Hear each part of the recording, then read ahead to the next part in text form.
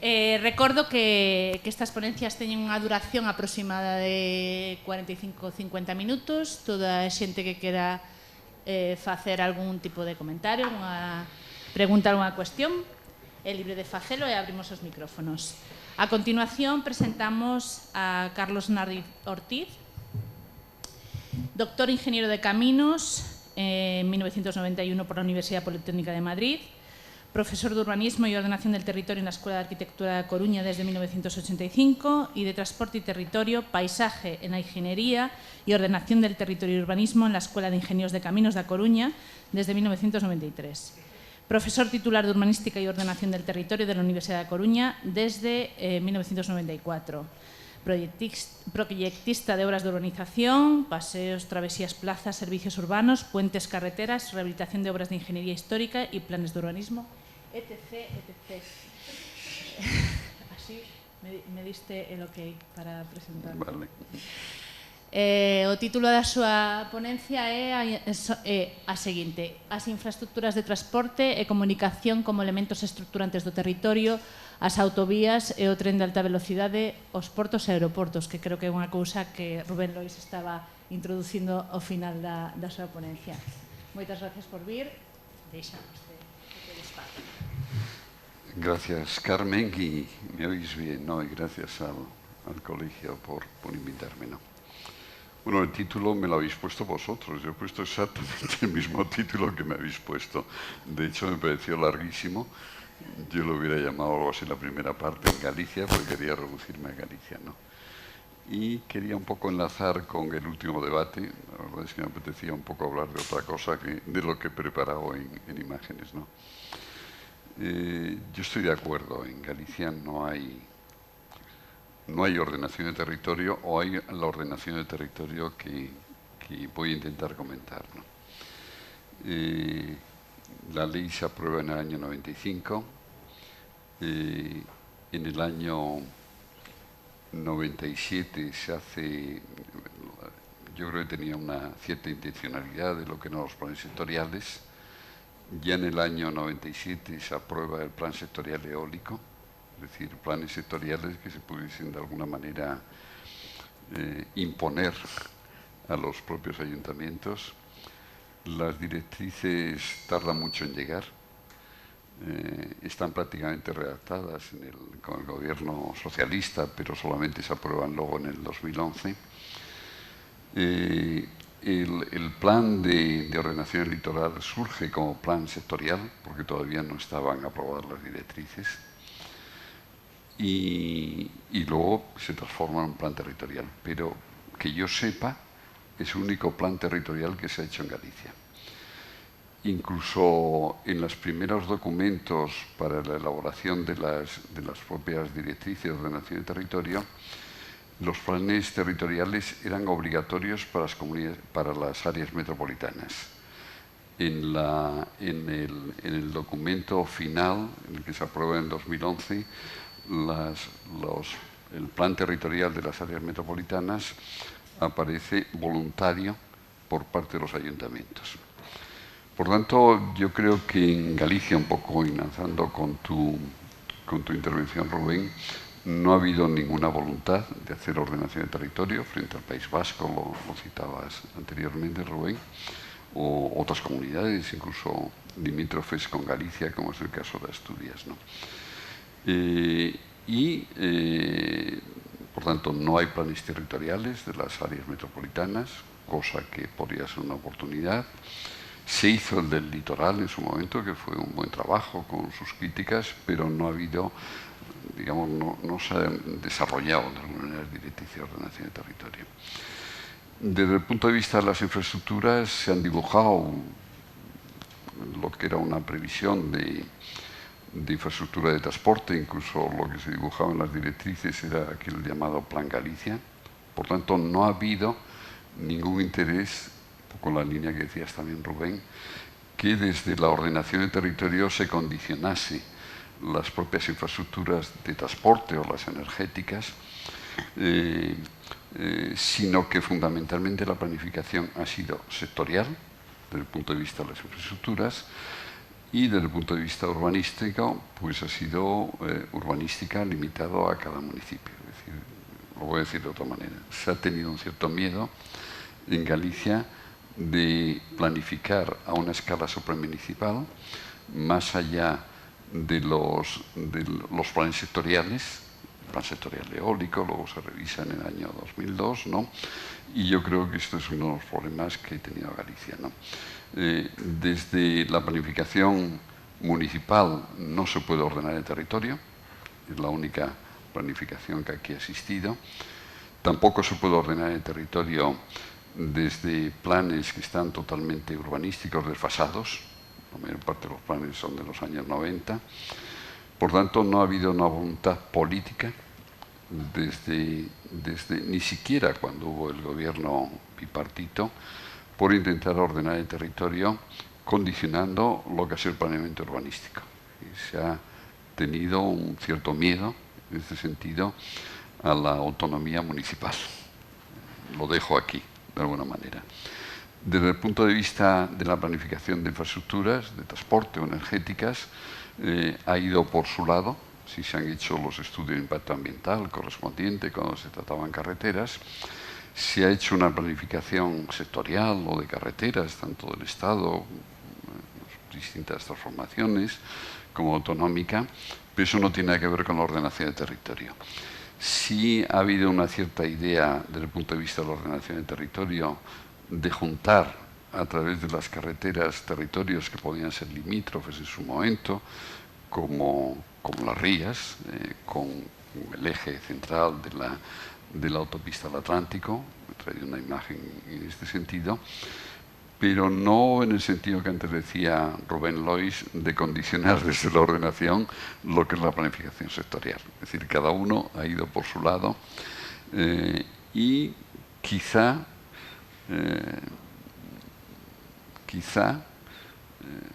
una cierta esperanza en estos momentos puede haber desde el punto de vista del paisaje, de la ley que se aprueba del paisaje en el año 2008, de los catálogos correspondientes, que han sido muy tardíos, de las directrices correspondientes, pero bueno, lo quiero dejar así en este momento, ¿no? Incluso cuando piensas en el territorio de Galicia, este es el argumento fundamental que voy a utilizar. Galicia no se ha construido en torno a la planificación urbanística, sí se ha extendido, digamos, los núcleos de las ciudades, apoyados en una planificación urbanística bastante mala, con alguna excepción que todos conocemos, como Santiago, como Sañariz, como Soleiros, en parte por el propio equipo, pero la planificación de las villas a mí me parece que ha sido desastrosa. Ha destruido todo un patrimonio urbano maravilloso de edificaciones. Hay culpables, los ingenieros, los arquitectos, hay culpables de lo que ha ocurrido con la transformación del paisaje y del territorio en Galicia. En su momento hice un libro que es la construcción de los bordes de las carreteras en Galicia, porque fundamentalmente quien ha construido el territorio en Galicia han sido las carreteras.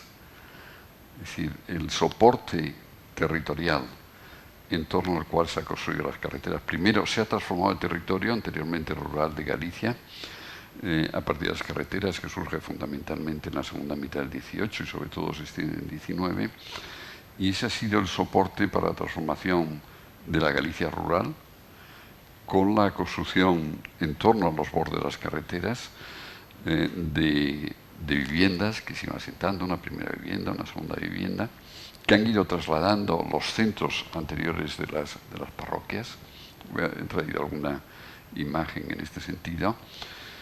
Cuando uno trata de analizar, y también he traído alguna imagen, tanto la estructura de las villas como la estructura de las ciudades, te das cuenta inmediatamente que quien ha construido las villas y las ciudades han sido las carreteras. Y luego, sobre ese soporte, por tanto, crecimiento suburbano, se han ido asentando las edificaciones. El planeamiento urbanístico ha contribuido bastante a complementar ese desarrollo suburbano en torno a las carreteras, uniendo fundamentalmente, consolidando, porque la gestión urbanística en Galicia, que nadie se sienta aludido, quizá quizá ha cambiado algo, pero lo que conocemos es que ha sido un cierto fracaso. Más allá de los bordes de las carreteras, no se ha construido nada, no se ha gestionado suelo, porque la gestión del suelo, más allá de los bordes de la carretera, implicaba suelo urbano o no urbano, urbanizable, implicaba un proceso de gestión en donde la propia administración municipal no tenía esa capacidad, no quería, digamos, ese tipo de gestión. Por lo tanto, termino con esta introducción que no pensaba contar, que no ha existido ordenación del territorio. Lo que ha existido el soporte de un aparente planeamiento urbanístico, pero ese planeamiento urbanístico no ha sido tal porque lo que se ha construido fundamentalmente son los bordes de las carreteras. Y ese proceso de gestión, por lo menos a nivel de villas y en su momento a nivel de ciudades, no ha sido el resultado del planeamiento. Ha sido el resultado de las oportunidades que les ofrecía un soporte infraestructural que eran fundamentalmente las carreteras. Bueno, me callo, digamos, en esta dirección e intento ir en otra dirección, pero tratando de demostrar de alguna manera esto. La ordenación del territorio, como todos ustedes saben, existe también a nivel europeo. Y esa ordenación del territorio a nivel europeo es por la capacidad, digamos, que tienen las infraestructuras de transporte de conectar territorios, de contribuir a generar espacios que anteriormente eran periféricos. Gran parte de las infraestructuras viarias que hemos construido en España, sobre todo en el siglo XXI, pero también en los años 90 y 80, han sido financiados por fondos europeos, porque esa modificación de la accesibilidad que significaba introducir un país que anteriormente era periférico en el centro, digamos, de Europa, que era la parte más potente, pues eso ha supuesto unas inversiones infraestructurales importantes, ¿no? Ya la estrategia territorial europea del año 99 apoyaba lo que llamaban unas cosas que se llaman de fomento de transporte y territorio. Es decir, antes decía Carmen, de una de las asignaturas que yo di en la Escuela de Caminos, la empecé en España, era transporte y territorio, porque no se podía entender el transporte sin el territorio. Por tanto, el fomentar el transporte, bueno, eso está también detrás de muchas infraestructuras que se han hecho en las ciudades, pues implica cambios territoriales, pero que no han sido muchas veces previstos desde una visión sectorial de esa planificación de las infraestructuras. Esto es un poco lo que trato de decir. Sí, desde el punto de vista del Tratado de Maastricht del año 92, desde el punto de vista de la Estrategia Territorial Europea del año 99, con las redes transeuropeas de transporte, ya hay una estrategia clara de integrar territorios apoyando un sistema urbano que sirva de equilibrio a áreas que anteriormente tenían carencias desde el punto de vista del equilibrio territorial, ¿no?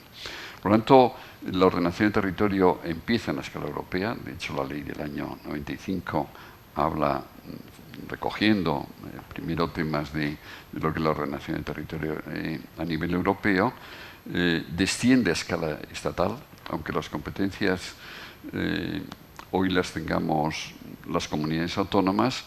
El Estado hace ordenación de territorio. Es decir, cuando el Estado planifica, por ejemplo, pongamos la autovía del Cantábrico hasta Galicia, está haciendo ordenación de territorio, porque está integrando territorios que anteriormente tenían, desde el punto de vista de accesibilidad, un papel periférico en las áreas urbanas más dinámicas de nuestro país. Por lo tanto, el Estado hace ordenación de territorio también, a través de la construcción de infraestructuras. Y antes me preguntabas por qué esa centralidad. Evidentemente, el Estado ya desde el 18 está haciendo ordenación de territorio a través de integrar Madrid, esa capital artificial, toda una periferia de España, en la capital de España. Y toda la red de caminos reales del 18 es fundamentalmente radial, es lo fundamental. Por tanto, el Estado hace ordenación de territorio, aunque hoy las competencias las tengan las comunidades autónomas a través de la construcción de las carreteras, que son de interés general, a través de los ferrocarriles, que también tienen una estructura radial, a través de los aeropuertos, pero las competencias están en las comunidades autónomas. Y las comunidades autónomas asumieron esas competencias, unas antes que otras. Galicia fue tremendamente tardía, en el año 95, otras ya empezaron. Cataluña empezó a principios de los años 80, cuando tuvo esas competencias, porque creían en la ordenación del territorio como un instrumento fundamental, casi de identidad de su tierra, para ordenar el territorio, proteger el paisaje, ¿no? Bueno, esta es una primera imagen de las redes transeuropeas del transporte, en donde la propia Comunidad Europea ha ido a ordenar el territorio a través de la construcción de infraestructura de transporte.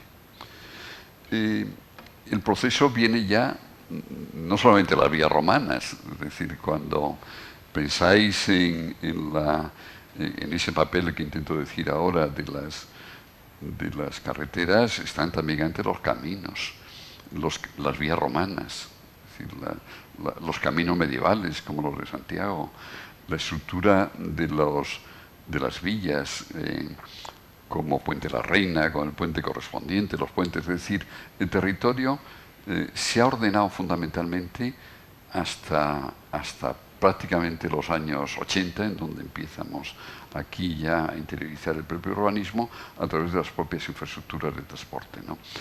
Con estructuras tremendamente lineales,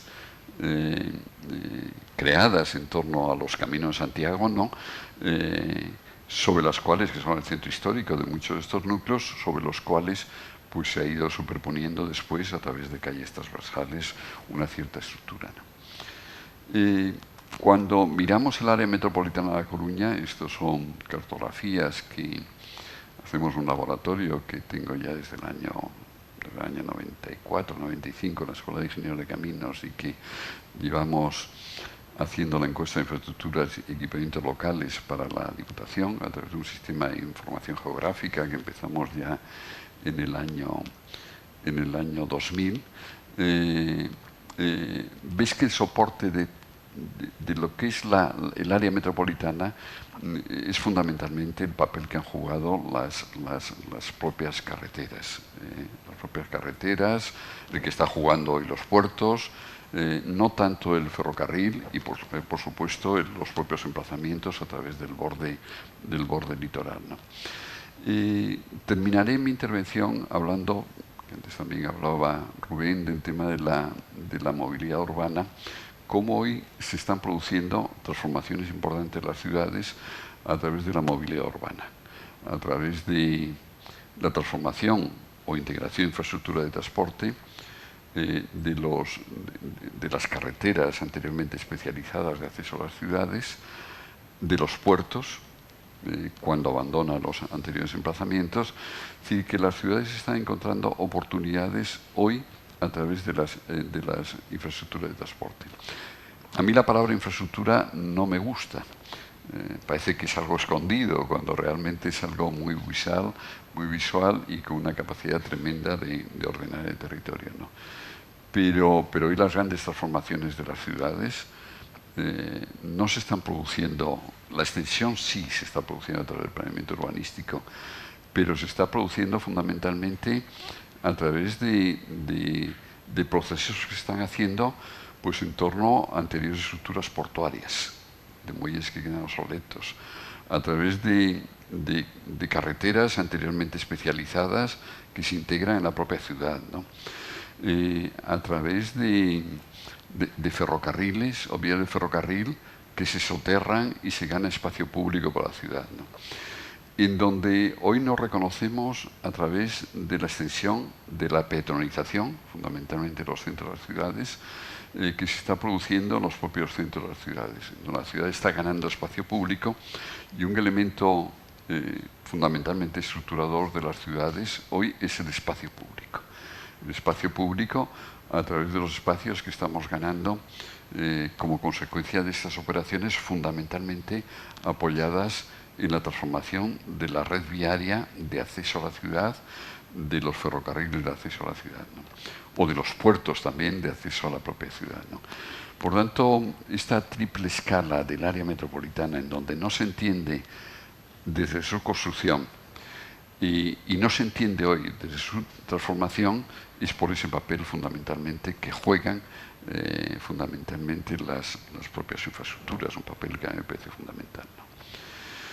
Si miramos, y perdonar que no hable tanto de Lugo y que hable más del área metropolitana de Coruña, si miramos lo que ha ocurrido, por ejemplo, en un municipio como Oleiros o en el área metropolitana de Coruña, lo podemos seguir perfectamente. Una carretera como la que tienen ustedes a la derecha, arriba, es la carretera que da lugar a Ponte do Pasaxe, proyectado a finales del XIX, pero construido a principios del siglo XX con una estructura metálica, no se parece al puente actual, ¿no? Esa carretera comunicaba con Sada, pero de ella parten ramales por ambos lados que van tanto al municipio de Villaredo como enlazar con la carretera de Madrid que pasaba por Puente del Burgo, como enlazar con la zona de Mera. Bueno, pues esa triple carretera es la que soporta fundamentalmente a partir de los años 70, 80, lo que es el crecimiento del área metropolitana. Y en el resto de los municipios ocurre exactamente igual. Por lo tanto, este papel soporte de las carreteras, voy a hablar varias veces de esto, pero me parece fundamental para entender el territorio en el que vivimos, que no ha sido ordenado por el planeamiento, sino que ha sido ordenado fundamentalmente por las propias infraestructuras, ¿no? Un municipio como Arteixo, que en su momento la Diputación construyó un polígono, que es el de Pocomaco, que ha sido importante también, pero su crecimiento. Pero cuando miramos la estructura urbana de Arteixo, está formada por el Camino Real del XVIII. A Galicia en el siglo XVIII se construyen 3 caminos reales. Uno el que venía de Madrid, de Madrid a Coruña, que es la calle El Camino Nuevo, que es Juan Flórez, terminaba en la Plaza Pontevedra. Otro que es la avenida de Finisterre, que es el que quería llegar hasta Fisterra, pero solamente llega hasta una aldea que hay más allá de Arteixo, que es la aldea de Fosso.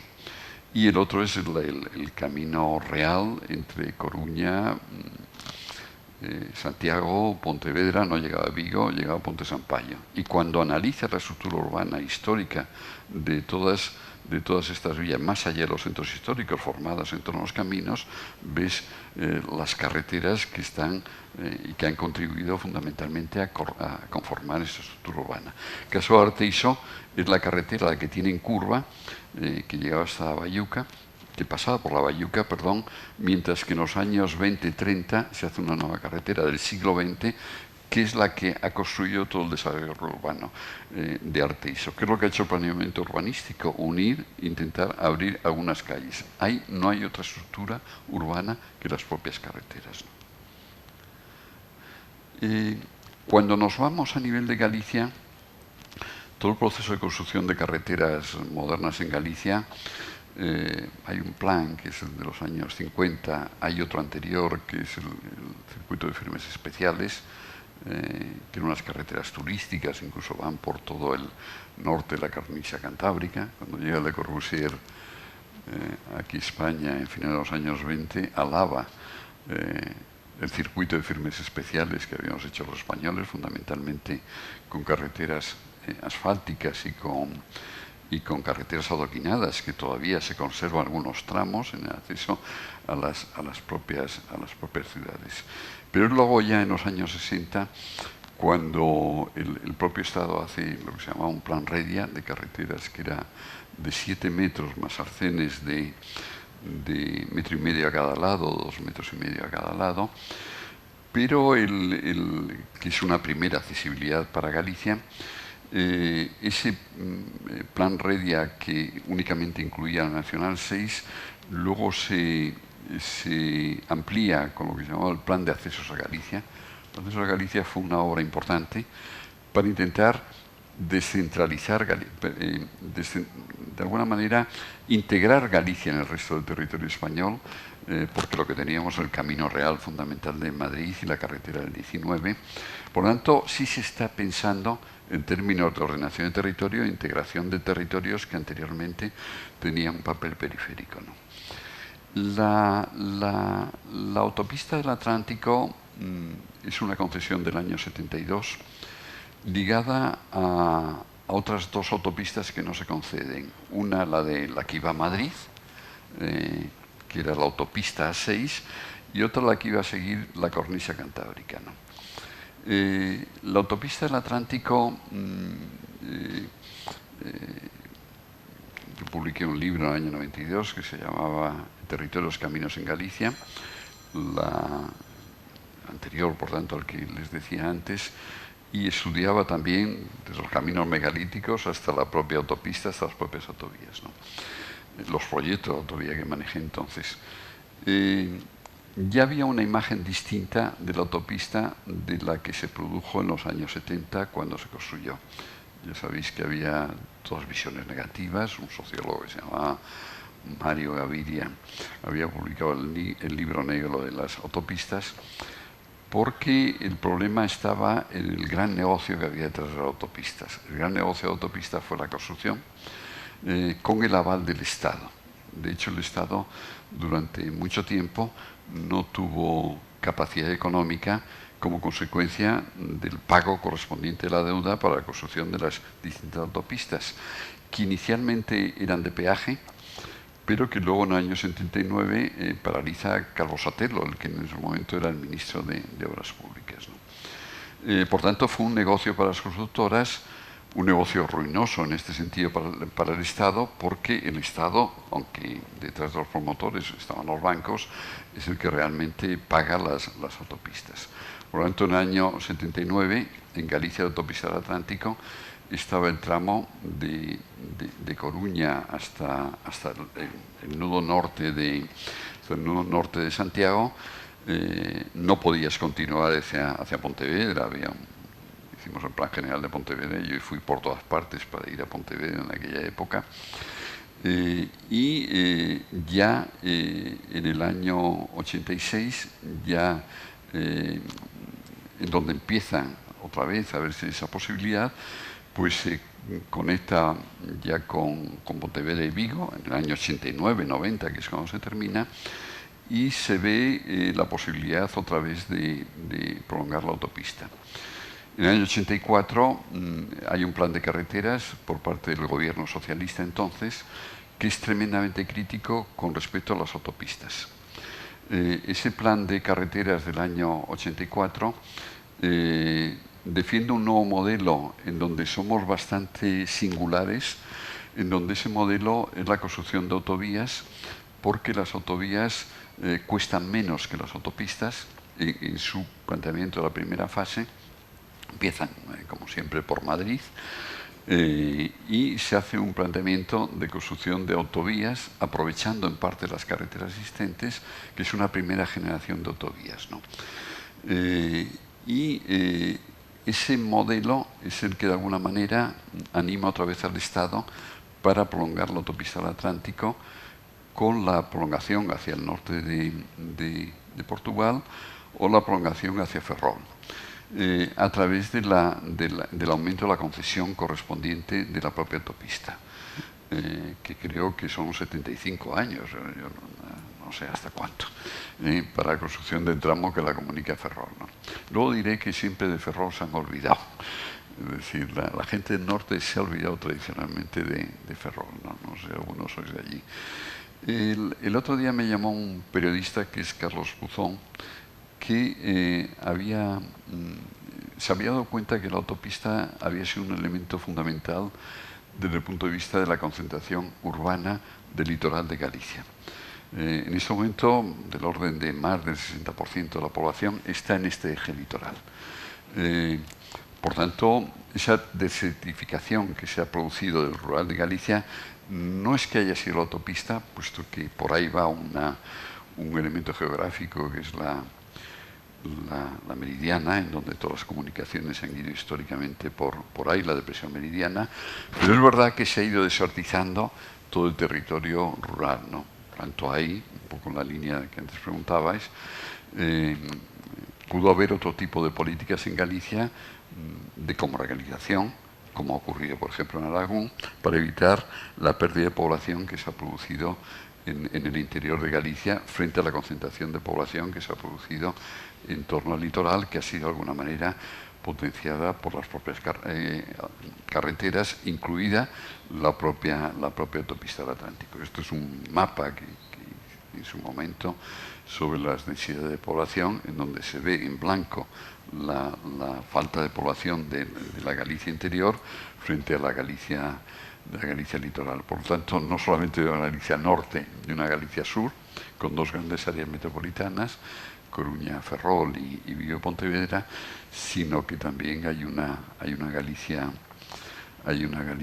litoral y una Galicia que se ha ido desertizando progresivamente interiormente, a pesar de que las villas han jugado un papel de equilibrio. Antes se hablaba de esto, pero no ha sido el resultado de la ordenación del territorio. Ha sido el resultado de procesos de concentración urbana porque la población que ha ido migrando, digamos, las anteriores aldeas, ha ido comprando viviendas, los recursos, la migración ha sido muy importante en Galicia, en las villas. Ya no lo compraba en la anterior aldea, sino compraba en las villas, donde sabéis que gran parte de estas villas tienen numerosas viviendas vacías a la espera de que algún día regresen. Por lo tanto, uno de los problemas, digamos, territoriales de estas villas es la destrucción que se ha producido de los centros históricos de las villas, algunas irreconocibles, Arteixo, Carballo, todo, en general, de la destrucción que se ha producido. Para mí es el gran problema urbanístico de Galicia, la destrucción que se ha producido de las villas, a pesar del planeamiento, ¿no? De los centros de las villas, no sé, si queréis luego estamos en este debate, pero cómo ese urbanismo familiar, potenciado por el propio planeamiento urbanístico, con responsables, ingenieros y arquitectos detrás, densificando las villas y densificando los barrios periféricos de las ciudades, aumentando las alturas correspondientes, permitiendo viviendas colectivas en donde antes había viviendas unifamiliares. Para mí ha sido la gran destrucción de Galicia. No sé qué otra alternativa había, pero desde el punto de vista, quizá había una alternativa patrimonial. Aquí empezamos a relacionar tardíamente, en los años 80, primero las ciudades y luego las villas en los años 90, pero hemos destruido, cosa que no han hecho tanto otras comunidades autónomas, pero hemos destruido un patrimonio urbano interesantísimo que juega un papel central en el caso de Galicia. Bueno, aquí hubo un plan de carreteras que es del año 91, voy a ir más deprisa porque estoy liando demasiado, que es del año 91, que es el Plan Autonómico de Carreteras, en donde la propia comunidad autónoma, nunca ha habido un plan provincial de carreteras, sí se intentó, pero nunca yo he visto incluso avances, pero la autonomía lo intentó en la época de Cuiña, del año 91, y ha sido importante. Es decir, no solamente ha sido las carreteras del Estado, sino las carreteras autonómicas, sobre todo para accesibilidad interior, para accesibilidad entre las propias villas, pero la autonomía se fue animando. Primero fueron vías rápidas, que eran vías de nuevo trazado, luego las convirtió en autovías a través de un sistema de peaje en la sombra, por tanto no pagamos peaje. Este es un tema que tendríamos que preguntarnos. Lo pagaba a través de los presupuestos la propia autonomía, y la autonomía la ha pasado canutas a través de la reconversión de vías rápidas en autovías. Bueno, esto es un buen debate. En autopistas, como el caso de Carballo, que sí se hubo que pagar peaje, o en el caso de la prolongación de la autopista entre Santiago, el primer tramo de Santiago de Ferrol, ¿no? y Orense. Bueno, tenemos un sistema de carreteras perfectamente consolidado. ¿Cuáles son los... y no me voy a extender en esto, no voy a terminar con... ¿cuáles son los debates respecto al tema de carretera? Tenemos un problema de integración de las carreteras en las ciudades. vías que entran directamente hasta los centros de las ciudades. Lo que tienen ahí en la imagen es una imagen del Plan General de A Coruña, que había hecho Joan Busquet, pero la radialidad de nuestras ciudades, desde el punto de vista de las vías especializadas gestionalmente por el Estado, en este caso la Jefatura Regional de Carreteras, está creando problemas importantes de movilidad entre las ciudades porque no tenemos elementos de transición entre las carreteras que acceden a la ciudad y lo que son las vías urbanas. Es decir, tenemos un tráfico metropolitano que aparece mezclado con el tráfico urbano. Bueno, no voy a ir más por aquí, pero yo creo que las ciudades se irán transformando a través de crear esos elementos de transición entre las carreteras interurbanas, fundamentalmente resultante de redes arteriales de los años 60 y 70 y lo que son las calles urbanas, ¿no? El segundo elemento, y me he extendido en el primero, es el tema del ferrocarril. Aquí voy a ir mucho más rápido. En Galicia, el ferrocarril es el resultante de la línea de Palencia a La Coruña, que era esta, de la línea desde Vigo hasta Zamora, que no se construye en el tramo entre Orense y Zamora, no se construye en el siglo XX, en el siglo XIX, porque el informe que hicieron los ingenieros que atravesaba los parajes más desérticos de España y que las dificultades geográficas para la construcción del propio ferrocarril eran tremendas. Con lo cual, el ferrocarril llega a Galicia de forma tardía, llega en el año 84, que es cuando, bueno, antes había hecho el tramo entre Santiago y Padrón, y Vilagarcía, que todavía podemos ver la antigua estación de ferrocarril de Vilagarcía, pero se une de forma tardía, prácticamente a final de siglo, entre Tui, Pontevedra y aprovechando ese tramo entre Santiago, queda sin unir el tramo entre Coruña y Santiago por las rivalidades que existían entre ambos territorios, y el ferrocarril llega a Galicia uniendo todas las ciudades en los años 50 del siglo XX. Es decir, prácticamente en los años 60 estaba construido todo el ferrocarril en España y aquí llega de una forma tardía. Por lo tanto, las implicaciones territoriales del ferrocarril, por su posición periférica, aunque inicialmente demandaban una centralidad en las propias estaciones, pero se trasladaron a la propia periferia. Incluso, no sé si sabéis, en Galicia la mayor parte de las estaciones se han trasladado. Aquellas que fueron, excepto Lugo, Lugo se mantiene en estado actual. Vigo, lo que era la antigua estación, también se mantiene, bueno, la demolieron en su momento, cuando se hizo la alta velocidad. Por lo tanto, la incidencia del ferrocarril no ha sido desde el punto de vista de la ordenación del territorio. Otra cosa a nivel de villas, porque la única accesibilidad que existía en muchas villas intermedias era a través del ferrocarril. En el año 2000 llega este plan, no sé cómo llamarlo, pero un plan, era un dibujo que tenían en el ministerio. Yo recuerdo visitar al director general de ferrocarriles y me decía, no te lleves llévate este otro plano, pues este se quedó desfasado. Bueno, el ministro era Álvarez Cascos, proponía en su momento que todas las ciudades de España iban a estar a 4 horas de Madrid, pero fue el comienzo de alguna manera. Incluso en el año 99 todavía la administración no tenía claro que había que transformar lo que se llama el eje atlántico entre Coruña y Vigo, ¿no?, con nuevos trazados. Y es a partir del año 99, el año 2000, cuando la administración se da cuenta que con el anterior ferrocarril no es posible, digamos, unas comunicaciones como las que ya empezaba a haber en el resto de España, ¿no? El proceso lo conocen. En el año 2006, me parece, se inaugura el tramo entre Coruña y Santiago, con alta velocidad. Os voy a poner una imagen. En el año 2011, con los problemas que se produjeron, se inaugura el tramo entre Santiago y Orense.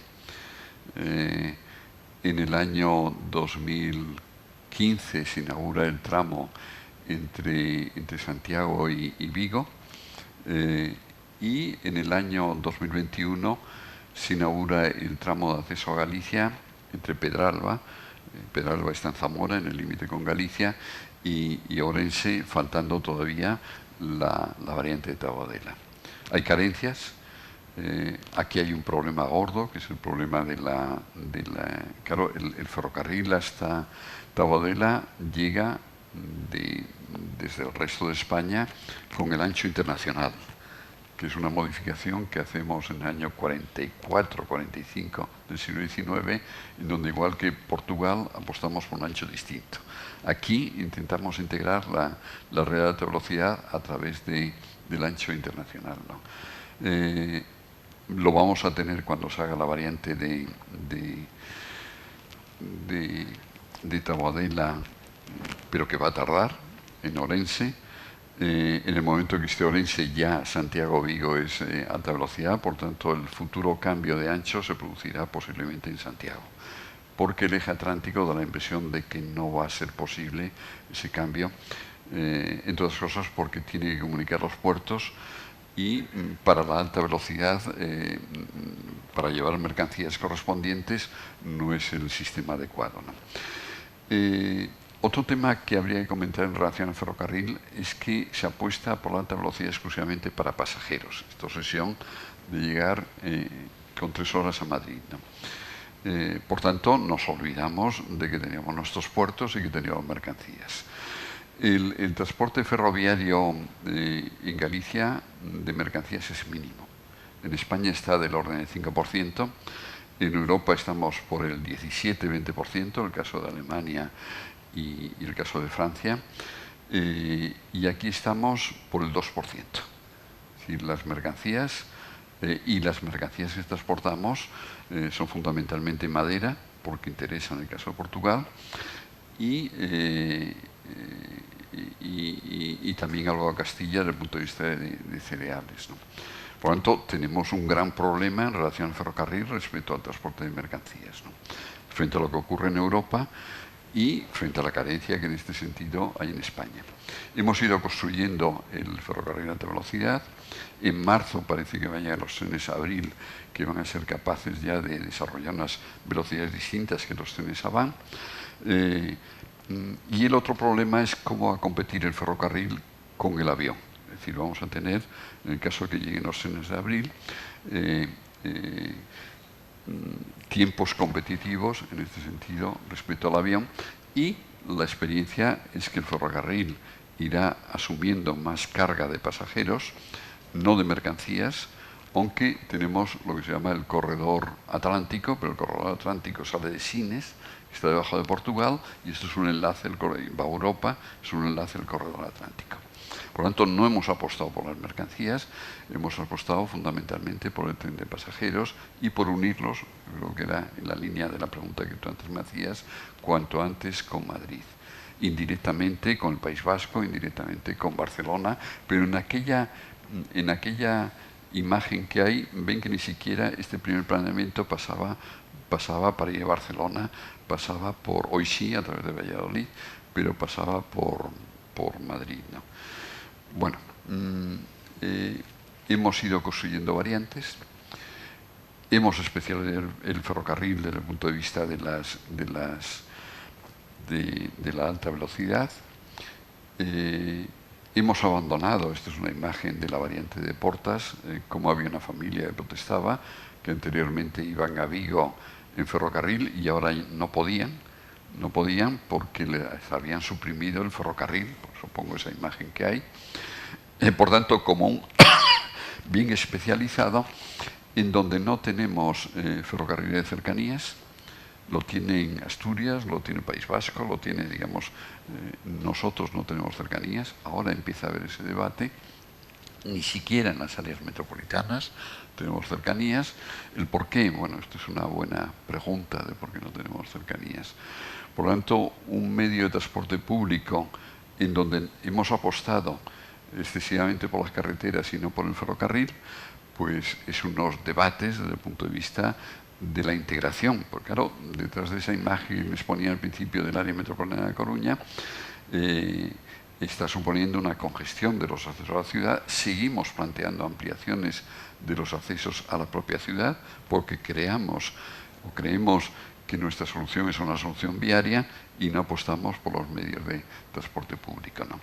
Y seguimos con esa lógica todavía de que hay que hacer carreteras cada vez más especializadas que lleguen al centro de la ciudad, ¿no? Esta familia se quejaba de que para ir a Vigo había perdido esta opción en este sentido del ferrocarril con las variantes que se habían hecho del eje atlántico. Obras de infraestructura que todos valoramos, perdón, de puentes en este sentido, muy interesantes, porque el ferrocarril tiene unas pendientes máximas del orden del 3%, unos radios de giro del orden de 5.000 o 6.000 metros, por lo tanto se independiza totalmente el territorio. Para los ingenieros nos viene muy bien porque hay una obra de infraestructura tremendamente interesante, pero necesita la especialización de este medio de transporte. Y la única posibilidad de aprovechar el ferrocarril anterior como elemento estructurante de territorio, que lo ha sido ya el ferrocarril del siglo XIX, no sería entendible ni Berlín, ni Londres, ni las grandes ciudades, en este sentido, sin el ferrocarril, pues es intentar que también dentro de nuestras áreas metropolitanas el ferrocarril juegue un papel estructurador, ¿no? Hemos construido, o estamos construyendo estaciones, la de izquierda es La Coruña, la de la derecha es la de Vigo, pero sin el centro comercial que se ha construido después, con una estación subterránea. Hay una cierta apuesta por la intermodalidad, puesto que estamos construyendo las vías de las estaciones de autobuses, lo estamos trasladando a las propias estaciones de ferrocarril, ¿no? Y ese escenario en el que estamos en este momento respecto al ferrocarril, por tanto sí va a tener unas consecuencias urbanas para las propias ciudades en el sentido de la intermodalidad, un tema que en las grandes ciudades está muy presente, ¿no? Bueno, esta es la estación de Santiago, un concurso que se hizo en su momento, que ganaron dos arquitectos muy conocidos, de una especie de túnel, pero a la derecha tienen la estación de autobuses que las financia la comunidad autónoma, mientras que el Estado, a través de la DIF, financia lo que es la estación de ferrocarril. Bueno, los puertos. Voy a ir más rápido todavía. No se entienden las ciudades sin los puertos. Ayer estuve cenando con un arquitecto que ha hecho ustedes le conocerán, que es José Luis Martínez, que fue catedrático ahí en la escuela. A algunos les habrá dado clase. Yo di clases muchos años en la Escuela de Arquitectura y decía, es que no me has entendido la ciudad. Cuando hice mi tesis, en donde él publicó un libro sobre María Pita y publicó un libro sobre las galerías marinas, no entendía el papel fundamental que tienen las ciudades las propias infraestructuras. Y lo consideramos como algo marginal. Todavía, hoy el planeamiento urbanístico considera las infraestructuras como marginal. Es decir, se hace un planeamiento urbanístico de la edificación, de la apertura de calles, no siempre, se aceptan las decisiones de la propia administración respecto a los trazados viarios, aunque ha habido modificaciones, por ejemplo, en el caso de Santiago, donde suprimió una de las variantes, o el caso de Pontevedra, que suprimió la variante interior, que ahora se va a hacer.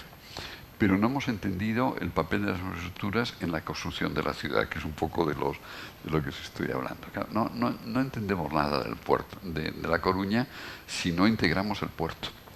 Si no integramos estos muelles del principio del siglo, que son los que están soportando el primer ensanche de la ciudad, ¿no?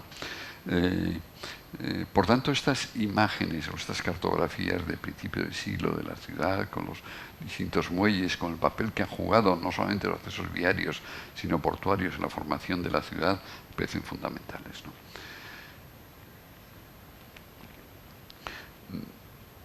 A ver si corrijo esto. Claro, cuando hoy vemos la ciudad de La Coruña, aunque esto es una foto de mediados de los años 90, no solamente es un borde de la propia ciudad, ¿no? A partir de los años 60 los puertos se van especializando con muelles especializados, el muelle petrolero, el muelle del carbón para intentar diversificar también en el muelle centenario, ¿no? Pero cómo la ciudad está abrazada por el puerto. Hoy esto es una oportunidad para las ciudades.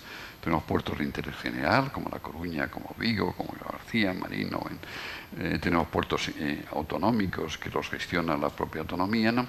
Pero hoy estamos viendo cómo hay grandes oportunidades en los espacios que se están abandonando portuarios. Basta que vayáis a cualquier ciudad europea, Hamburgo, por ejemplo, con grandes operaciones urbanísticas. No sé si conocéis Hamburgo, en torno a los espacios portuarios, en torno a las plusvalías. Es verdad que son puertos en este sentido municipales, frente al debate, por ejemplo, que hay en La Coruña, que ahora me referiré en este sentido, de que no se puede construir en los anteriores espacios portuarios. Bueno, luego me voy a referir a esto. La Coruña tiene en este momento del orden de 13 millones de toneladas de tráfico, pero era totalmente dependiente de lo que era el tráfico de graneles líquidos, como consecuencia de refinería que se localiza allí en los años 60. El muelle del Centenario intenta diversificar lo que es el tráfico del propio puerto de La Coruña, ¿no? El puerto de Vigo es un puerto que apenas tiene 5 millones de toneladas, pero con un mayor valor añadido.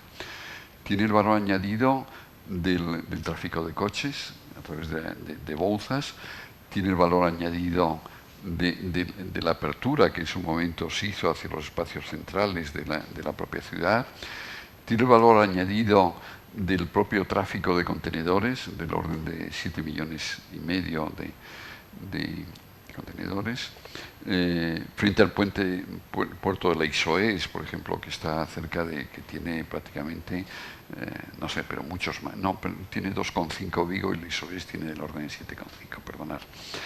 Pero por tanto, las ciudades están encontrando sus oportunidades también en estos espacios portuarios, ¿no?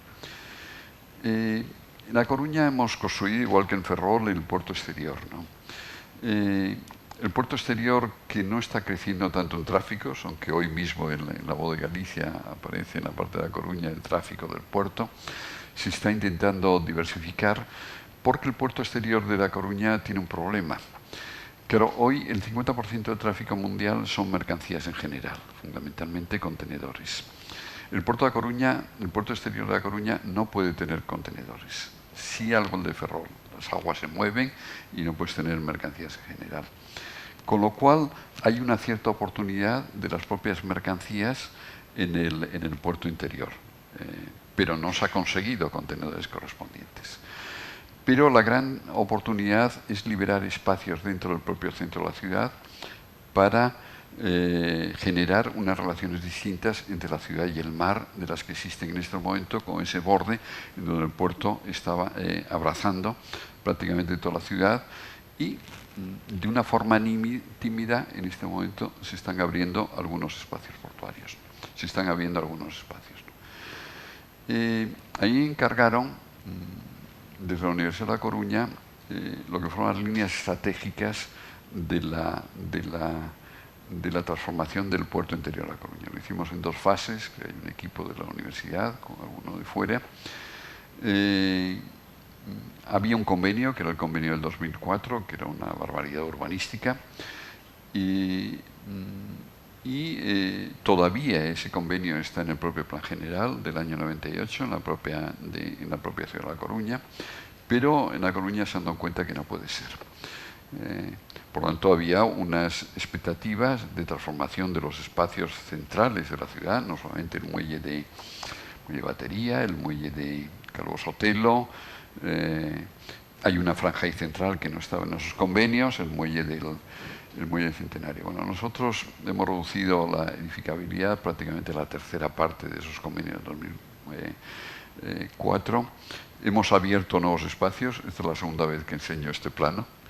La primera vez lo enseñé en un debate que hubo ahí en la ciudad de La Coruña, y es la segunda vez. Lo tiene el Ayuntamiento de La Coruña, pero yo creo que tiene miedo de alguna manera a mostrarlo. Hay temas funcionales que no voy a entrar, ¿no? Pero la ciudad de La Coruña, pues se lo pongo, puede encontrar sus posibilidades de futuro a través de ganar espacio público para la propia ciudad, ¿no? Rematando bordes, no solamente los bordes portuarios, en estas propuestas, líneas estratégicas que lo trasladamos los propios planes, entramos en el viario de acceso a la ciudad, entramos en Alfonso Molina, entramos en Línea de Rivas, modificamos puentes o tiramos puentes. Por lo tanto, yo creo que la ciudad de Coruña no es la ciudad especializada actual de los años 70, es una ciudad muy distinta, que las oportunidades desde el punto de vista de la movilidad están fundamentalmente apoyadas en los espacios portuarios. ¿Qué es lo que ocurre con la autonomía? La autonomía ha hecho barbaridades también. Ha hecho rellenos que no se han hecho en Asturias. En Asturias ni en el País Vasco hay unas relaciones distintas entre los puertos y la propia ciudad. Hoy, a través de proyectos, estos puertos se está intentando integrar a través de obras de urbanización, lo cual está muy bien desde el punto de vista profesional, pero no se debieron hacer nunca estos rellenos que rompen la escala de lo que eran estos bordes portuarios con las propias villas. Es decir, no solamente hemos roto las villas por la construcción urbanística de las mismas, sino que hemos roto el propio borde litoral de estas villas a través de intervenciones portuarias. Es verdad que lo que se ha intentado es modificar y apoyar lo que es la seguridad, porque en todas estas villas están apoyadas fundamentalmente en el tráfico pesquero, pero hoy vemos como, excepto determinadas villas, Ribeira, Burela, que sí siguen teniendo un tráfico pesquero importante, porque hay unos problemas paisajísticos importantes, pues se están transformando estas villas en puertos deportivos, porque ya la pesca, de alguna manera, no puede ser un soporte de lo que era la actividad anterior del puerto, ¿no? Por tanto, aquí hay un problema importante detrás de la transformación de los espacios portuarios que tiene que gestionar la autonomía desde Puertos de Galicia. Voy rápidamente con los aeropuertos. Hablar de coordinación en Galicia de los aeropuertos no es posible. No es posible. Esta es la ampliación del aeropuerto de Santiago. Ese debate que ocurrió ya en el 19 con el ferrocarril está presente en los aeropuertos. El tráfico aéreo de Galicia va perdiendo tráfico en favor de Porto para rutas internacionales. Las rutas que tenemos son rutas subvencionadas, mayoritariamente subvencionadas, no todas. Vigo y A Coruña fundamentalmente están viviendo de tráfico con Madrid. Por lo tanto, pensamos que en la medida en que los tiempos del ferrocarril sean menores, todavía va a descender más el tráfico con Madrid. Esto ha ocurrido siempre que se ha producido la alta velocidad en las ciudades. Por tanto, hay un problema de coordinación. En los puertos también, pero hay un problema de coordinación grave que no se encuentra solución. Quizá porque creo que decía antes, la infraestructura de transporte no solamente es un tema de accesibilidad funcional, sino que también es un tema de accesibilidad, termino enseguida, territorial, y nadie quiere perder esas ventajas de esas infraestructuras especializadas. Hoy los aeropuertos se están especializando, los grandes aeropuertos son los aeropuertos nodales, tipo Madrid. Madrid tiene en este momento un nuevo proyecto de ampliación, no solamente la antigua terminal de Barajas, no solamente la nueva terminal de la T4, sino que hay un nuevo proyecto de ampliación, se amplían constantemente para rutas internacionales, porque tienen ese papel de nodalidad dentro del transporte y necesitan atraer los propios tráficos. Hay un tema también importante que son los accesos terrestres a los aeropuertos. En ciudades como A Coruña algo se ha mejorado con la tercera ronda, pero desde el punto de vista de lo que es la ordenación de la ciudad, son infraestructuras no Madrid, por tanto hay unas grandes oportunidades en torno a los aeropuertos, pero sí en ciudades como Vigo o La Coruña están alejadas de la propia ciudad, Por lo tanto, sí desde el punto de vista del transporte, pero no desde el punto de vista de la conformación de la estructura urbana, más allá de los accesos a los propios aeropuertos, ¿no? Y termino con 4 o 5 imágenes, que es el tema de la movilidad urbana. Yo creo que las grandes transformaciones en las ciudades hoy se están produciendo como consecuencia de los cambios en la movilidad. Esos cambios han ido sucediendo de alguna manera históricamente. Es una foto de, yo creo, el principio del siglo de la ciudad de La Coruña, con el tranvía. El tranvía era el elemento estructurador, incluso un tranvía que llega en los años 20 y 30 hasta Sada. Por lo tanto, ya el propio área metropolitana, que no se llamaba así, evidentemente en su momento, se estaba estructurando como comunicación entre la ciudad y las villas. Es verdad que tenía sus temas turísticos como consecuencia de un tranvía que en su momento pasaba por el Burgo y pasaba por Oleiros y comunicaba con Sada, ¿no? Aquí el tranvía, se hizo un intento cuando la construcción del paseo marítimo, pero un tranvía antiguo, tipo el de Lisboa o tipo el de Porto. Por lo tanto, no había una voluntad de introducir el tranvía en la propia ciudad, ¿no? Busquet lo intentó en el Plan General del año 98, porque creía en su momento que el tranvía era necesario para la ciudad como medio de transporte público, ¿no? En las ciudades, por tanto, hay un medio de transporte público importante, que es el tranvía o son los autobuses, y hay un transporte que prácticamente es el 50% de ese tráfico, que es el transporte peatonal. Y las ciudades se están transformando, mejorando y creando itinerarios peatonales en torno fundamentalmente al transporte peatonal, ¿no? En la España de los años 50, y perdonar que no os ponga fotos de Lugo, sino fotos de La Coruña, pues esta era la imagen, cómo la ciudad se va especializando desde el punto de vista de la motorización. En España esa motorización empieza a crecer en los años 60 a través de un utilitario que todos hemos tenido y han tenido nuestros padres. Las ciudades se van llenando de coches, el aparcamiento es posible en cualquier sitio, el tranvía se sustituye o por el trolebús o por el autobús como medio de transporte colectivo, ¿no? El vehículo privado cada vez es más importante, la periferia se va extendiendo, el vehículo privado es el que permite que la gente viva en la propia periferia y la ciudad se va extendiendo, no como Londres o Berlín que citaba antes, sino como consecuencia del vehículo privado. El vehículo privado es un tema fundamental para la extensión de las áreas metropolitanas. Se hacen planes de redes arteriales en los años 70 y 80, intentando favorecer esa accesibilidad. Por lo tanto, es igual que Moser en Nueva York, es decir, el vehículo privado es un instrumento de urbanización del territorio.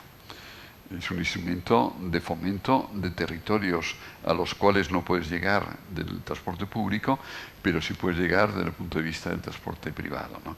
Por lo tanto, el vehículo es la vaca sagrada, de alguna manera, de la civilización. Yo hace como 7 años, ¿no?, escribí un libro sobre la arquitectura y la ingeniería 6+6, uno de los arquitectos estudiaba Le Corbusier, y para Le Corbusier el automóvil era todo, como hablaba en Nueva York para Moser. Es decir, cómo proyecta, digamos, sus ciudades, sus elementos de circulación a partir del automóvil, porque se creía que era un gran transformador de las ciudades.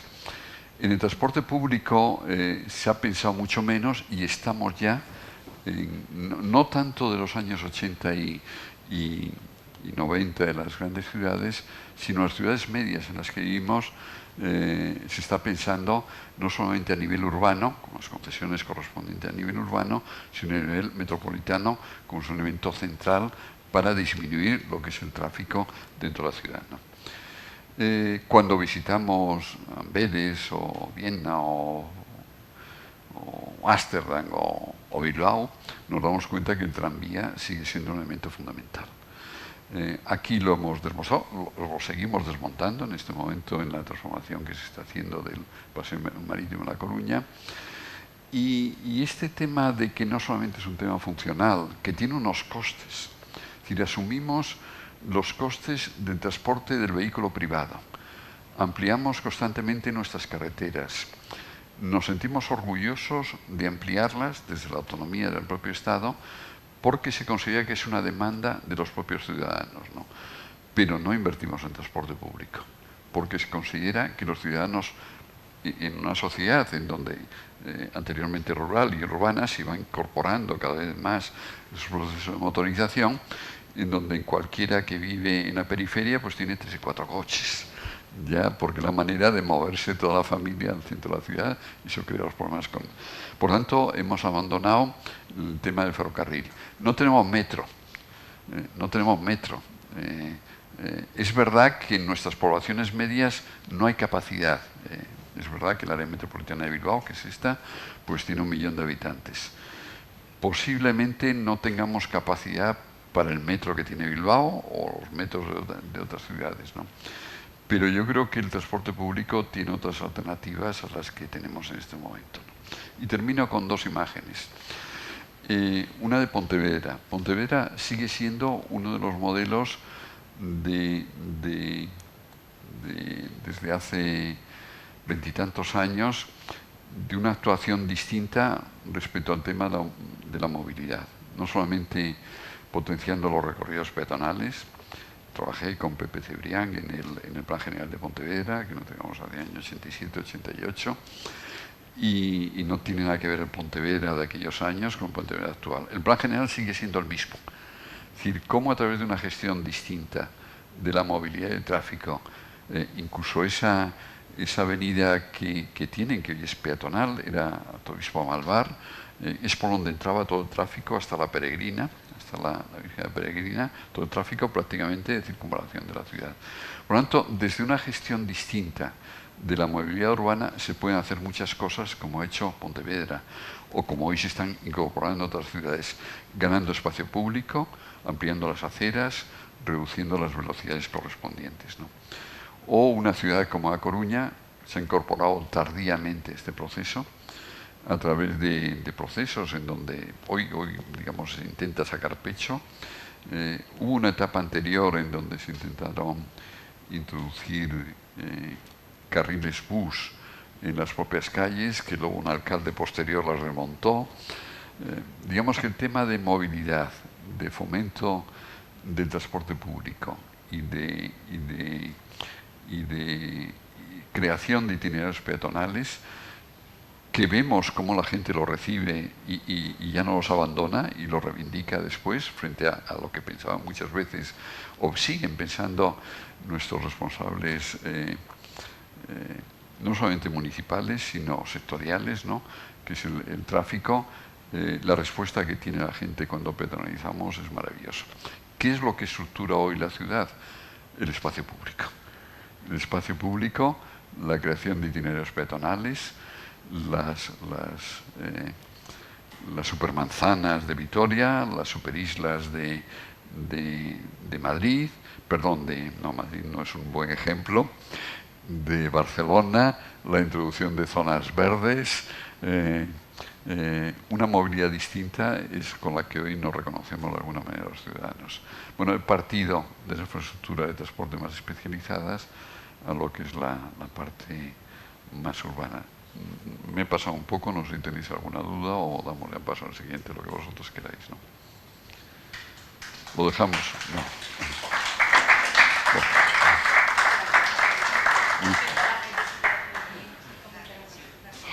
Sí, dime. Perdón, sí, lo que no sé es el micrófono, Luis. Allí, no. Luis, por ahí atrás.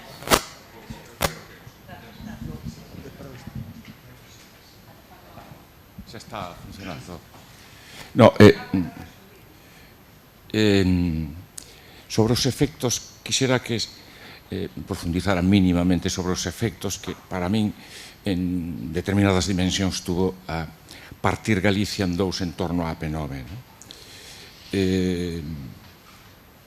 No seu momento, claro, estamos falando de finales dos 70, a articulación política e a sociedade civil e política todavía estábamos en prácticamente sin nacer, y naquel momento hubo unha oposición relativa a AP9, e a alternativa que se planteaba sin grandes reflexións era un tipo redia que xa se falaba, imitando, digamos, a idea borbónica desde Santiago de Compostela, verdad? Generando, millorando as vías que xa eran como prácticamente todas nacionais, é dicir, de Santiago a Coruña, Santiago a Lugo, bueno, Vigo, etcétera, etcétera. Conozco el proyecto, no te preocupes. ¿Ve? Conozco el proyecto. Entonces, despois veu, acórdame dun bello documento ahora, pero non me acordo si sabe usted que era un plan director territorial de Galicia ou algo así, a principios dos 80, eu creo que era o antes da preautonomía. El año 76-77 se hizo un avance del plan. Un avance, perdón. Un avance. Un libro negro que eu non atopo agora na casa, é verdade, onde xa nos dedicaba tamén a... Se hizo un avance.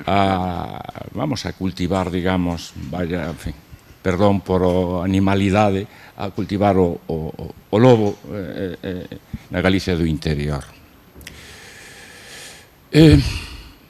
Tamén quixera que, se me...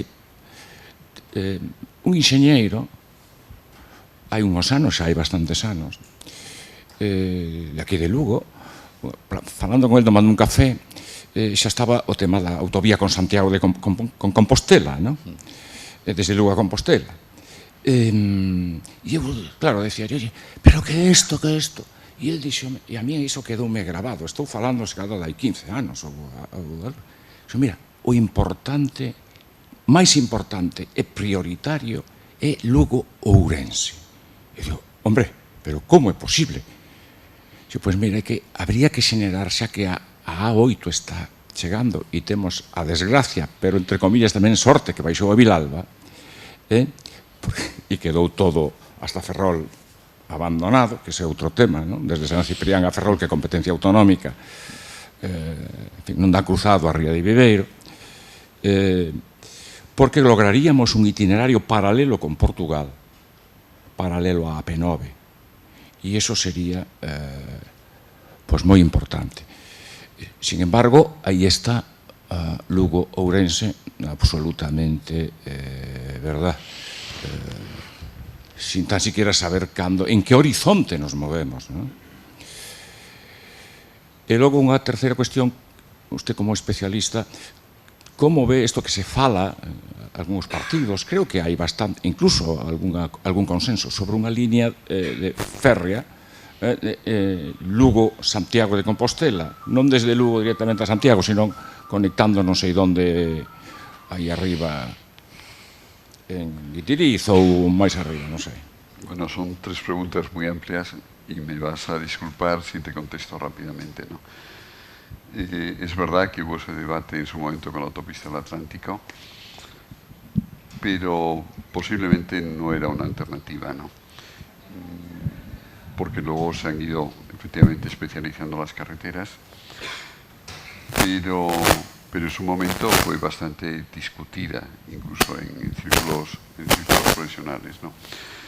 Yo no creo que la autopista del Atlántico rompa, digamos, en dos Galicia, sino que une dos grandes áreas metropolitanas, sobre todo Coruña, Ferrol y Vigo-Pontevedra, ¿no?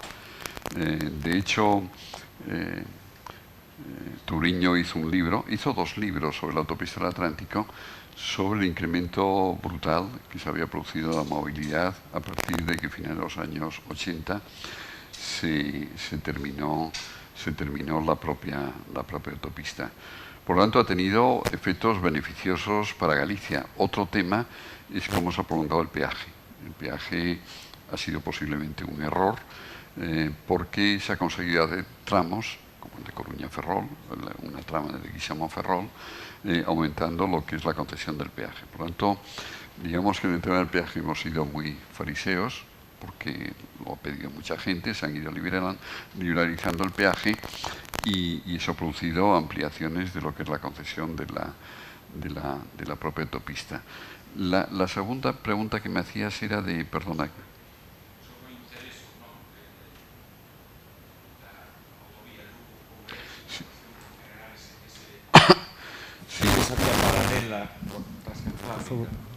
Sí, en su momento, yo creo que se llegó... Quero dicir, perdón, porque aquí reivindícase moito Lugo-Compostela, que sí que é urgente, necesario, pero bueno, estará.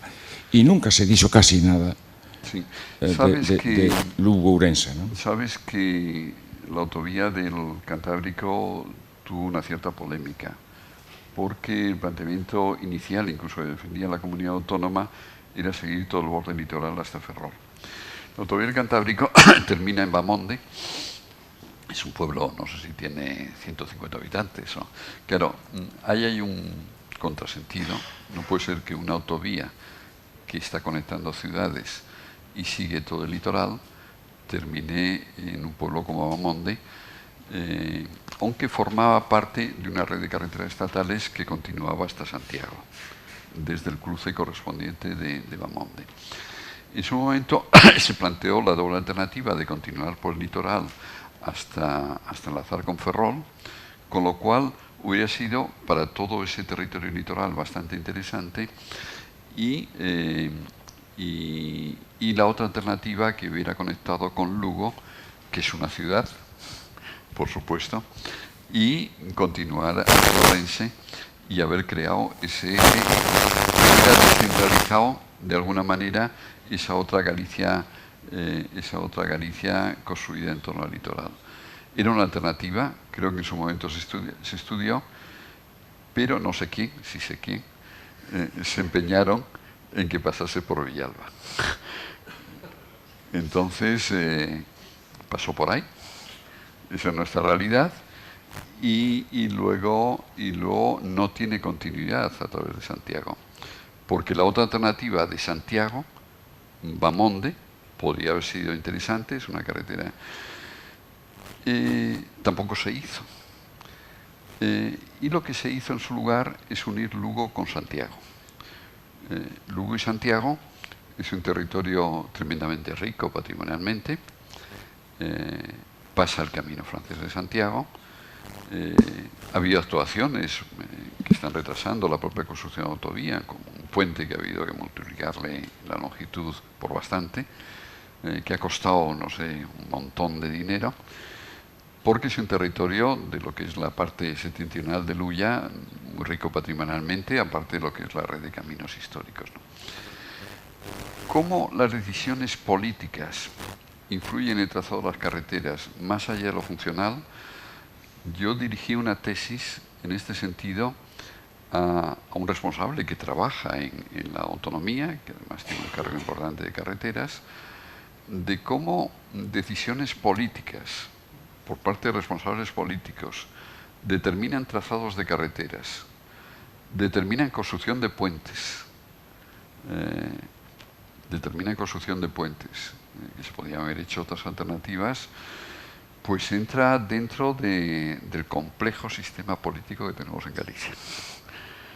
Y no sé si la tercera pregunta que tenías iba por ahí o había una en el medio.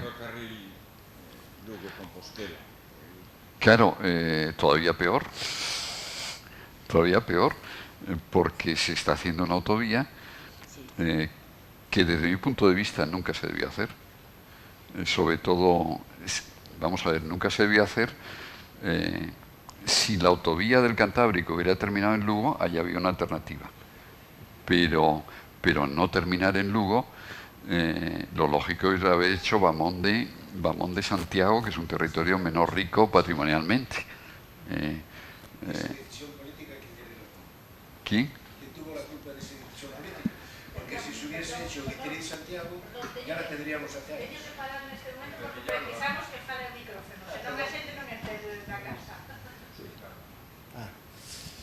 Digo, que eso que aparentemente vese moi ben. Tú lo sabes. Que se fixera Santiago. Bueno, pero tú lo sabes. Alguien que era de Palas de Rey. Tú lo sabes perfectamente. Bueno, pues ya la tendríamos desde hace años y la de Santiago todavía hay que esperar. Claro, alguien que era de Palas de Rey. Entonces, ¿cómo las decisiones políticas condicionan el trazado de la carretera? Ya en el 19 se hablaba de carreteras parlamentarias. Es decir, porque los propios responsables políticos decidían el trazado de las carreteras, ¿no? No sé si te he contestado, pero... Sí. ¿Se me oye? Sí, perdona. Vamos a ver, es que estás diciendo algo que es obvio. La ordenación del territorio es una técnica política. Por tanto, la ordenación del territorio es más cosas, ¿sí? Pero en última instancia quien toma las decisiones son los políticos. Por tanto, la ordenación del territorio tiene ideología. Y no haría lo mismo un partido que otro. Y eso que dices tú pues se refleja o se expresa en decisiones de gran calado, es decir, por el volumen de inversiones que han significado, como al hacer un puerto que no admite portacontenedores. 3 aeropuertos que, sumando el volumen de tráfico, es aproximadamente la mitad que el de Portugal, que el de Oporto. Y más cosas, ¿no? O sea, es política. Y la política... Bueno, ahí tienes el debate y el fracaso de la ordenación territorial en Galicia. Lo que estás diciendo es que no interesa la ordenación del territorio porque no interesan planos en donde esté dibujado ese futuro del territorio, porque son esas decisiones políticas las que fundamentalmente están condicionando todo. Incluso ahora en el plan eólico, que es un tema que estoy estudiando, el tema eólico es un tema muy importante aquí. Pero ese es el... Hombre, la ordenación del territorio tiene una componente política importante, pero si la planificas bien y consideras que la política es algo que se conserva en el tiempo, en el sentido de que el País Vasco, por ejemplo, algo en Andalucía con las directrices de ordenación del territorio de Andalucía, si las decisiones que se toman a nivel de ordenación del territorio plasmadas en un documento que tiene sus compromisos, incluso desde el punto de vista urbanístico, se respetan por parte de las distintas responsabilidades políticas que hay en el tiempo, porque aquí no ha habido tanto cambio, o ha habido muy poco cambio, pues no existiría ese problema. Es decir, que la ordenación del territorio no fracasaría, o serían planes territoriales, si hubiese ese consenso de que lo que se planifica debe rebasar los tiempos políticos. Y este es el gran problema. Bueno. Sí, boas tardes. Tiña unha dúbida respecto ao tema do ferrocarril, si terás a resposta de cales son os obstáculos ou os intereses en que non se desenrole unha rede de ferrocarril non de alta velocidade, sino as cercanías, incluso aproveitando a rede que xa hai. Por que non están comunicados os aeroportos con ferrocarril? Por que non hai este servicio de cercanías pois nas áreas metropolitanas, en Vigo, en Coruña? Incluso en Lugo vanse gastar un diñeiro en facer un intermodal, pero non hai trens. O sea... Claro, lo que pasa es que tú tienes que entender, o perdona que te trate de tú, de que somos un país de ciudades medias. Aquí no hemos tenido una gran ciudad. Pudo ser Padrón en su momento, y la Iria Flavia, porque da un espacio tan privilegiado como la Ría Arosa. Pudo ser, y de hecho en su momento, en los años 60, se planteó un gran superpuesto, un puerto para que sea una ciudad. Entonces somos un territorio de ciudades medias. Para tener infraestructuras de transporte de una cierta especialización, como es el ferrocarril, necesitas masa crítica, necesitas frecuencias, necesitas que lleves pasajeros. Si no tienes, aunque la palabra masa no me gusta, si no tienes población que la demande, es muy difícil, porque sí sería un negocio para las constructoras, pero no un negocio territorial, digamos. Entonces el tema de por qué no tenemos un ferrocarril que vaya, por ejemplo, por el aeropuerto de Santiago, que era la defensa que hacía un alcalde de Santiago, no había sido planificado previamente, porque Santiago es lo que es. Y los pasajeros que tiene el aeropuerto de Santiago es lo que es.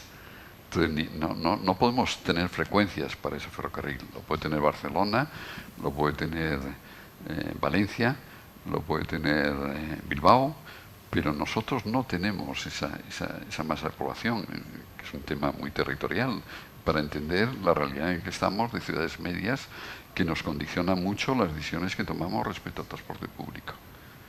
Pero a propia infraestructura en ocasións xenera esa demanda, esa masa crítica, a autopista do Atlántico ou o ferrocarril Coruña-Vigo. Eso tiene un límite. Eso, por ejemplo, a los ingenieros nos ha gustado mucho. Entonces hemos inflado las expectativas de tráfico, incluso la propia autonomía, de determinadas autovías que hemos hecho que no se están produciendo, algunas que están casi en la 10ª parte. Por lo tanto, nos gusta inflar los números diciendo que esa infraestructura va a generar nuevos tráficos o a integrar a Costa da Morte, no sé qué, pero es que no es así. Si la realidad territorial no demanda esa infraestructura tan especializada porque no tenemos población, o la población es una población históricamente muy dispersa y las ciudades que tenemos son las ciudades que tenemos, con las poblaciones que hay. El otro debate que algo planteó es un debate sobre las áreas metropolitanas. Antes hablabas del Plan Director Territorial de Galicia, que defendía las áreas metropolitanas y la concentración de la población en las áreas metropolitanas. Yo no defiendo eso, por supuesto, pero había un argumento en su momento, por eso se hace la autopista, ese plan es del año 76, 77, lo que es el avance, porque luego ya las autonomías adquieren competencia de la ordenación del territorio y no sigue el Estado en este sentido, ¿no? Pero es la realidad que tenemos y que las áreas metropolitanas podían fundamentalmente Coruña, Ferrol y Vigo, Pontevedra, ni siquiera Santiago es un área metropolitana, es un área urbana, ¿no? Tenemos 400.000 habitantes en el norte y 450.000 o 500.000 en el sur, ¿no? Y ahí sí se pueden plantear cercanías, sí se pueden plantear medios de transporte colectivos y los requieres metros, ¿eh? Pero no es como Bilbao, ni es como Madrid, ni es como Barcelona, ¿eh? Lo dejamos aquí. Un apunte entonces, dende ese punto de vista, o feito, por exemplo, centrándonos en Lugo, de facer unha estación intermodal gigantesca, non ten sentido. Yo no te contesto a esto. Yo no te contesto a esto. Porque, no, y además es que estuve en concursos de las estaciones, por ejemplo, en Santiago yo estuve en concursos y en su momento, en el año 2011, fui decano de los ingenieros de caminos, se nos llevaban la boca haciendo unas estaciones, unas intermodales aquí impresionantes, llamando a los mejores arquitectos, ingenieros, ¿no? Venga, gracias.